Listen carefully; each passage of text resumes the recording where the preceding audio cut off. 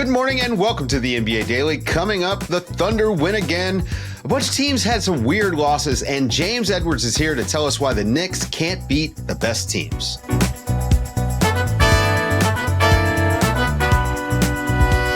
Good morning, everybody. Good morning, Es. Morning.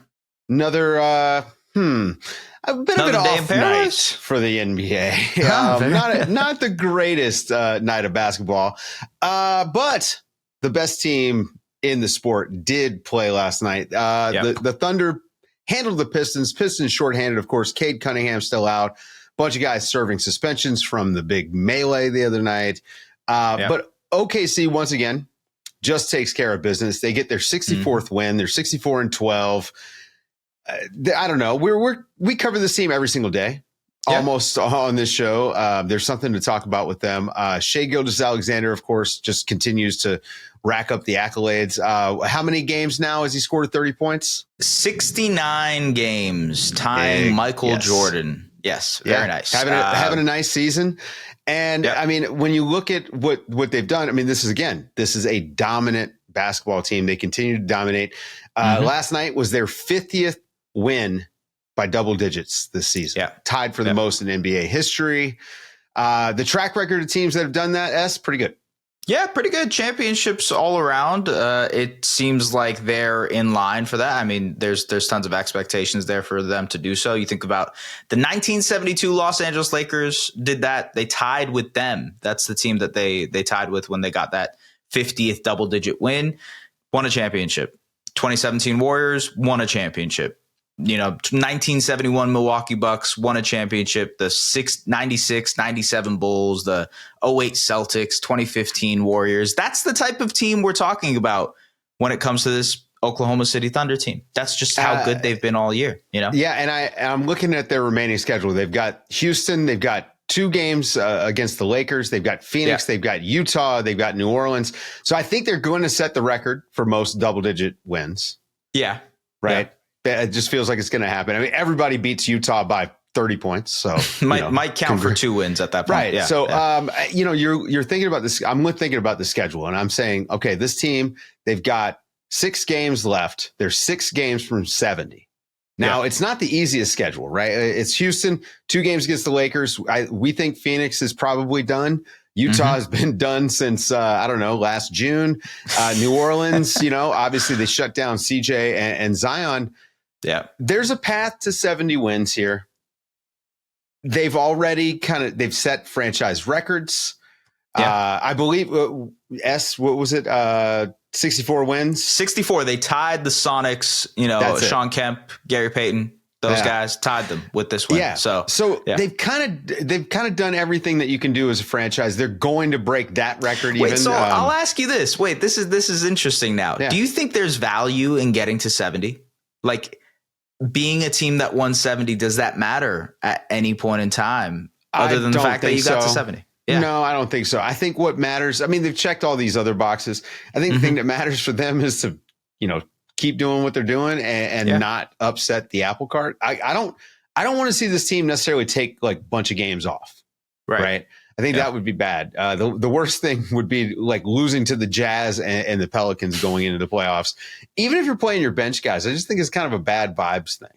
Fair enough. I don't like to see good teams going into the playoffs losing, and especially not the historically great ones. Also, like this team has dealt with so many injuries throughout the year that it's actually pretty good for them to get some run with their team fully healthy. Jalen Williams, Chet Holmgren, Isaiah Hartenstein, just figure out fine tune the rotation and lineups for them as they head into the postseason. That's super important. They're young and they're going to have a little bit of a break because of the play-in. I mean, I'm not saying they should be pedal to the metal, but 70 would be cool. It would be cool if they did it.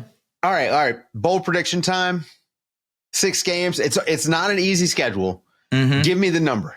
Where do they stop? I'm going to say 69. I think they'll get to 69 because they play the Lakers twice. Right. And I think one of those games, it's hard to beat a team twice. So I'm going to say they get a split there, especially because it's in OKC. I think there's a chance. I'm going to say 69. How about you? I like it. I want to say that they're going to win all 6. Because if this was 2 months ago, they would win all six. Yeah. That's the sort of team that we're dealing with. I'm going to say 68. I just think that they're going to rest guys, and I think they're going to be extremely strategic as they go into the even if they playoffs. Rest guys, they could win games though. They really can. Yeah. I mean, Isaiah Joe might just drop like 60 or something. Yeah. Okay. Bunch of teams had some weird losses. So in honor of Davion Mitchell, who him and his Heat beat the Celtics somehow, we're going to call this little segment Off Night. There's a little question mark. It's like, if there was a graphic for this, it would be so good. We can't patent it, but we can't. It's a great segment. It's a sick nickname. So, okay. So the Celtics, they lost to the Heat, and we've been kind of pumping up the Celtics. We talked about how great they were in March. This is an aberration. They just really didn't shoot the ball well. They turned the ball over 13 times, and the Heat only turned the ball over 4 times. So, if you shoot 46% from 3 and you protect the ball, you're going to win a lot of games. Yeah, the Celtics shot 27% from 3. They were also missing Al Horford, Drew Holiday, and Kristaps Porzingis. This is very clearly, to me, an April-type basketball game. Also, the Heat have been playing better. We should talk about the fact that the Heat have playing better basketball recently. Davion Mitchell is actually a big part of that. I think he pairs well with Tyler Hero in the backcourt. You have a guy who can guard at the point of attack. Very, very interesting player to pair alongside. Also shooting the lights out. It's like 40% from 3 since he's been with the Miami Heat. But Celtics just bad shooting night for them. Got to chalk it up to that.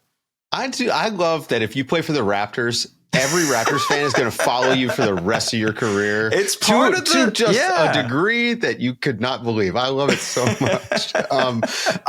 Okay, so hot on the heels of an awful loss previous night, the Spurs beat the Nuggets. So the Nuggets lose again. And look, there's no Jokic, there's no Murray. I mean, we could go down the reasons. They were basically missing their entire starting lineup here. Yeah. Yeah, okay. But still, it's the Spurs, right? Bismack Biyombo started at center. Yeah. For the Spurs last night. It's not like it's a must win for them because at this point, they're in that 3-4-5 mix. Yeah. It just has bad vibes written all over it. They lost to the Spurs on a Devontae Graham game winner at the end of the 2024 season, and I thought it killed their playoff momentum. They had been playing pretty good basketball for a while, a little bit up and down. I'm a little bit nervous that the Minnesota loss, and we need to see. Look, there's time. Yeah, but I'm nervous when you lose a game like that you really probably wanted to win. I mean, there's a lot of bad blood there. I don't know. Yeah, it's also funny because it was a great game for Russell Westbrook tonight. Yeah. 30 points, 11 rebounds, 6 assists. Like, he did his thing. He was the only real rotation player other than Jalen Pickett who played in this game. And so knowing what happened in Minnesota, the terrible ending to that and what Russ had to do in that moment, and having a good game when nobody else is playing, it's kind of a funny way for this season to end if this is the way this is going to go for Denver. But to be honest with you, I'm not concerned. I think this is just typical. They played a double overtime game, and we were exhausted after that. And then they played nobody. Right. Yeah, look, it's a schedule loss. Right. Yes. You can blame it on the schedule. I just wish they would have won it. That's it. Sure. Hey, you know what I mean? They're now third.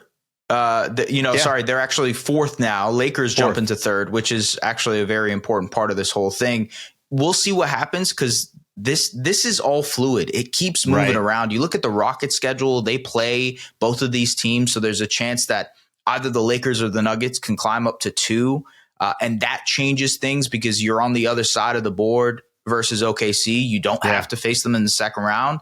Now, if you're Denver and you're in that 4-5, you're facing OKC in round 2, which is tough. That's tough. Yeah. Nobody should want that.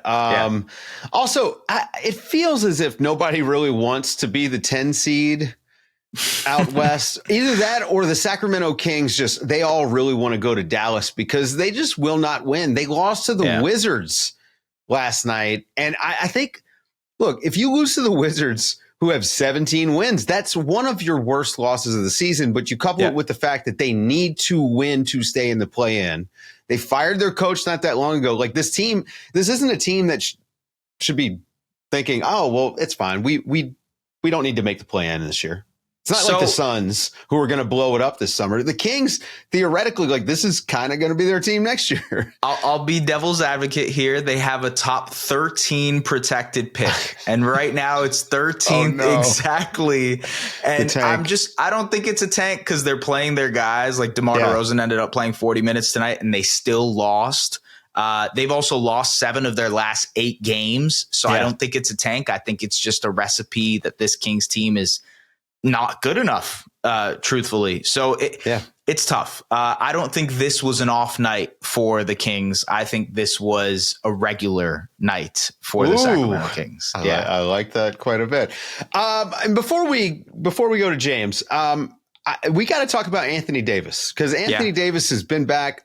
He had probably I think it's his best game since he returned, and he finished the game somehow with like one eye. Yeah. He hits a game winner. He caught an elbow at some point in the game and had to leave. And I don't know how he was able to see with an eye patch, but Anthony Davis hits a game winner, has a really ridiculous line, and him and Derek Lively out there. I see the vision. It's been awesome. Yeah, I understand it completely. Yeah, and look, they have all of their bigs back. So Daniel Gafford is back in there. They're running the double big lineups consistently.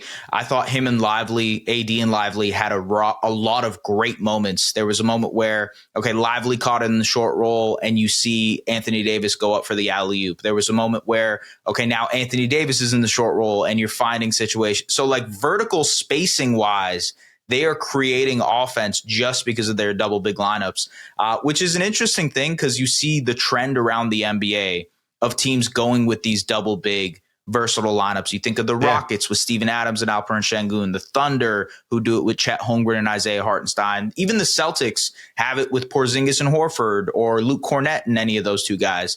It's very, very good to be able to go to 2 versatile guys who are 7 feet tall, who can do everything.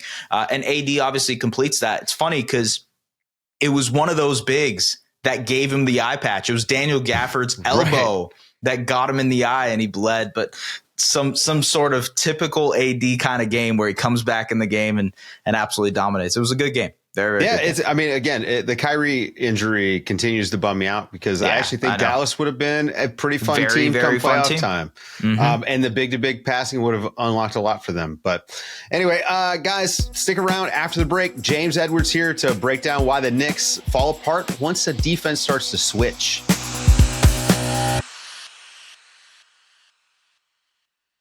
Last night, the Knicks played another game against a top team and another loss for the New York Knicks. They just can't seem to beat these teams at the top of the East or the Oklahoma City Thunder. Here to talk about it, James Edwards. He covers the Knicks for The Athletic and one of our favorite guys to talk to. James, how's it going, man? These Knicks, they can't seem to get over the hump against the real contenders.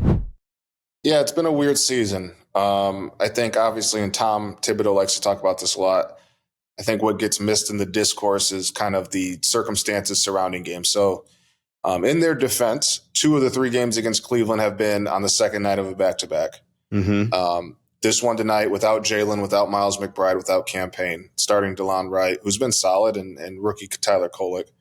No Mitchell Robinson, who's not playing back-to-backs yet. So of all the games, this isn't really the right one for a barometer kind of test. But, I mean, listen, everybody in the NBA plays back-to-backs. Yep. When they lost by 36 or whatever it was a few weeks ago, a little over a month ago, yes, they were on the second night of a back-to-back, but good teams don't get blasted like that. It's pretty rare. So, it's a team that I think is a really good team. But there is a clear kind of tiering system right now in the NBA, and the top of that tier is the Thunder, Celtics, and Cavs, and it's pretty much those 3 against everybody else. And the Knicks have some good moments. They look really, really good in spurts throughout games, and then they look they look like they could lose to anybody at points in games. And just there was like a momentum shift for them in the game last night. You know, S and I, we were talking about it. The offense came out so hot, and we were thinking, it's a great time to plug this big piece that James just wrote about OG Anunoby. He's having a great start. But then the Cavs started switching. Now, S, we've done this all year with them. S, what's the issue that you've seen so far, S, with the Knicks and the switch? I think they don't utilize slipping as much. Like one of the best ways to beat a switch is to slip, right? And Josh Hart is a great guy at slipping pick and roll situations, getting in the short roll, make plays, 4-on-3, right? Like that's the way you can kind of fuel your offense through switches. I haven't seen that a lot. And maybe that's just me looking at it from an outsider's perspective and not seeing them on a day-to-day, but I think they're leaving a little bit on the bone offensively when it comes to facing switches. James, I guess my question to you is like, why do you think this team struggles so much when teams just outright switch their actions offensively?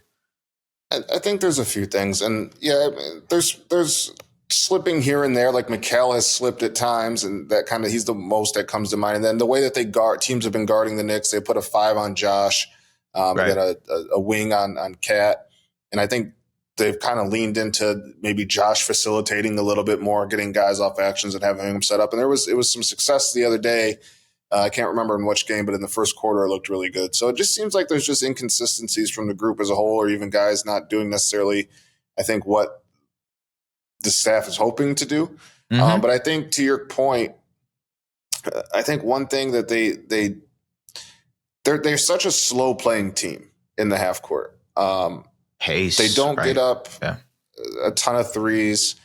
They don't have a guy with Jalen out right now that really, OG is now getting to the rim, but a guy who's getting to the rim and creating threes really. Like DeLon Wright has done a good job, but obviously it's to a lesser degree. They're just a team that's a little bit that can sometimes get ISO heavy when things aren't going well. They at times hesitate to let shots fly. Like sometimes in the NBA, a good shot is when a guy's running at you as opposed to trying to get a better shot and the shot clock goes. Like it just seems sometimes they've hesitated at times. And I think perfect being the enemy of good. It seems like it has shot them in the foot. Especially without Jalen Brunson out there to kind of stir the drink. I want to get to an update on him in a minute, but we talked about the big piece that you just wrote about OG. He had another nice game. I mean, it was incredible. Actually last night, he has shown a scoring spark that we haven't really quite seen out of him. And it's in the absence of Jalen Brunson. I told S, I promised him airtime here. I was like, look, I'm going to let you, because he loves OG Anunoby so much. I was like, I'm going to let you tell James how much you love the piece. I thought it was fantastic. By the way, listeners, I will link that in the show description. So it's an easy click. Yeah, look, James, anytime you read about OG, it's an automatic read for me. I'm tapping in. But generally, from watching this man develop over the last, I don't know, however many, 6 years in Toronto, yes, there were moments, there were spurts where he was able to get shots off the bounce. His balance was there in terms of shot creation, getting to the basket, the driving game, the way he's using his strength, et cetera, et cetera. All of that was there. And I think we're seeing that right now. But I guess my thing in the back of my mind is, how real is it? Like, can this be something? Is this an actual point of growth for him moving forward? Or is this just a moment in time where he's thriving at what he's good at right now? I certainly think it's a moment, not a moment in time, but a point of growth. But is it a moment in time in which we see the point of growth, if that makes any sense? So I think Josh Hart said it best. Like, OG is, remember that he's a 6'8", 245-pound demon. And the way, I think a lot of people's knock on OG, if you always wondered, like, why can't he get to this level as a scorer? I think most people would point to the handle. And just not necessarily always being direct with his movements in the half court. And I think that's what's been very promising from this. Like, he is getting to the rim. It's very direct. It's very forceful. It's very poignant. Like you said, there's been great balance from him, S. And then he's even added like the Euro swipe gather through. That has been, it's like he's added that to his bag of tricks, and it's really helped. He's gotten to the line more. I think over the last 11 games, he's averaging about 6 free throws a game. This is a guy that averages 2.2 for most of his career, I think. So, or 2.8 or something like that. So, pulling off a couple of moves, finding a move that's comfortable with him, and then again, just remembering how strong he is. But I also think one thing that's been, he's also letting the 3-ball fly. He's not hesitating. He has been one of those guys that has been reluctant to let it go when he has a sliver of space, and he's let it fly this year. He's shooting at about 38% clip. But even further than that, the way with Brunson out, they've had to kind of change how they play defensively, or they've had to change how they play and kind of rely on their defense, right? Like Miles McBride is a good point of attack defender. Mitchell Robinson is back. So they're able to have a little bit more ball pressure, which allows OG, and there's back line help that they trust. And they're able to kind of to stick to their man, jump passing lanes, gamble. And I think you see OG out in the fast break a lot too. So that's been a positive. And then the last thing, what I'm curious to see what happens when Jalen gets back is obviously Jalen's going to have the ball more. And that's just, I think everybody would agree, like Jalen Brunson he's the guy. He's the one that, as you said, Dave, stirs the drink. But while he's been out, OG is kind of, and me and Fred talked about this. I think he's going to write something on Friday in his notebook around the league. But the geometry of where OG is now without Brunson has changed. Like he's not always in the corner. He's on the wing. He's at the top of the key. That might not be the case, or they have to figure out how to maybe work that in more when Brunson comes back. So I'm curious to see how they utilize him. Maybe they change around the rotation so OG has opportunities where he can be in those spots on the floor even while Brunson is back. Leading bench lineups type of thing, right? Yeah, exactly. So I'm curious to see how they do that. But I do agree that I think he has taken steps. But the question is it sustainable because of how Brunson utilizes the floor and just the importance of having him back?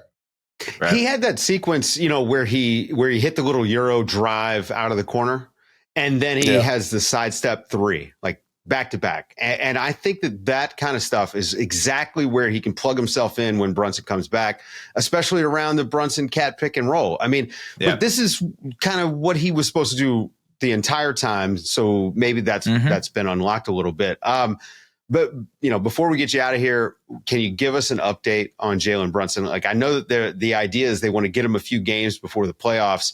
I'm assuming get him a few games and then that little bit of rest for the play-in. 4 games for all NBA. 4 games. Is he going to make it back?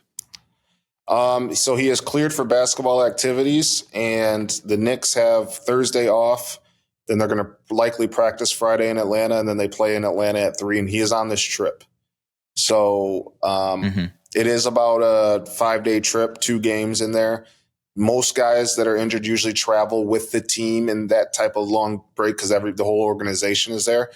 It reads to me like there's a really good chance Brunson could be back Saturday against Atlanta, and I would say Sunday against Phoenix back in New York at the latest. But my hunch is there's a good chance he's back Saturday. But it seems like he will be back in enough time to get to 65 games. They have after this weekend they'll have a week left, 7 days. I think they'll have.